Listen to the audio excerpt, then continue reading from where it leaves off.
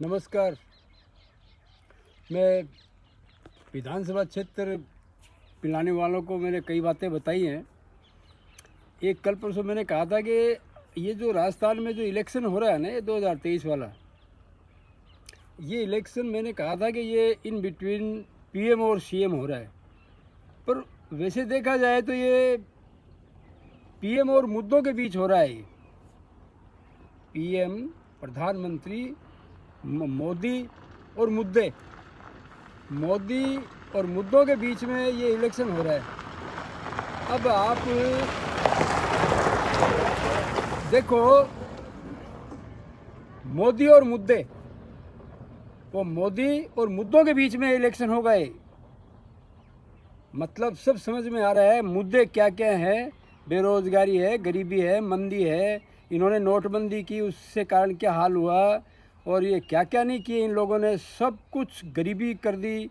80 करोड़ को तो इन्होंने खुद ने साबित कर रखा है कि गरीब लोग हैं। गरीब मतलब गरीब से भी गरीब, बीपीएल से not below BPL, below and below BPL, तो 80 करोड़ तो इन्होंने खुद ने साबित कर रखे हैं।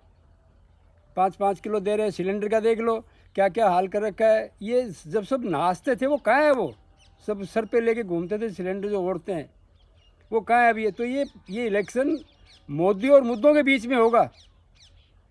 अशोक गहलोत साहब के मुद्दे और मोदी, इनके बीच में इलेक्शन होगा।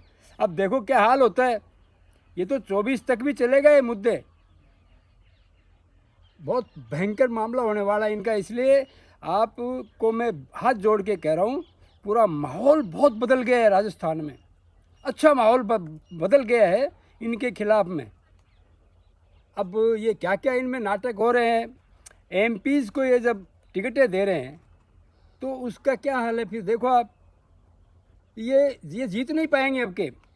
और मैं तो ये कह रहा हूँ कि जो माहौल बना हुआ है जीते उसके साथ, और फिर अपन इनको जिताएंगे। अशोक जी गहलोत साहब को वापस मुख्यमंत्री बनाएंगे। तभी तो इनको पूछेंगे कि साहब वो कुछ बची हुई तो और लागू करो, और पहले वालियों को धड़ल्ले से चालू करो। जो भी आपने स्कीमें दी, जो आजीविका है हमारे गरीबों की, नौजवानों के लिए, मरीजों के लिए जो जो काम किए हैं, उसको अब आगे और बढ़ाओ साहब। आप जब तो कहेंगे। इनको हरा के रख दोगे तो आपको पता है, मैं एज ए सिविल इंजीनियर, मेरे को पता है रिफाइनरी क्या होती है।